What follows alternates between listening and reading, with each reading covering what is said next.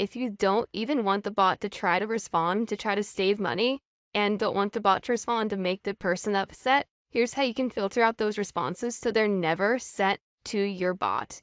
You'll come into your snapshot, specifically the process message workflow. This is the one we're going to edit. Here we already have a filter in here to check if the bot is on or off. If it is off, it is going to exit the workflow. We're going to do something similar. Let's add another if check.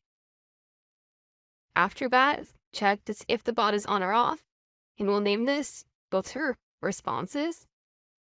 We have more detailed examples in the article, but here let's just check to see if a person has said we have the wrong number. I would look at the inbound message.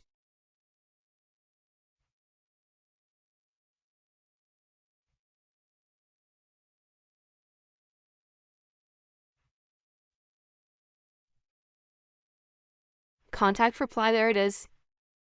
Replied message, if it contains wrong number,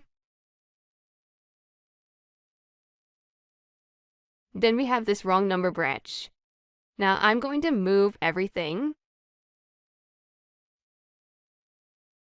from here over to this none branch. So now if we have a person who says wrong number, we could add an action to tag the contact wrong number.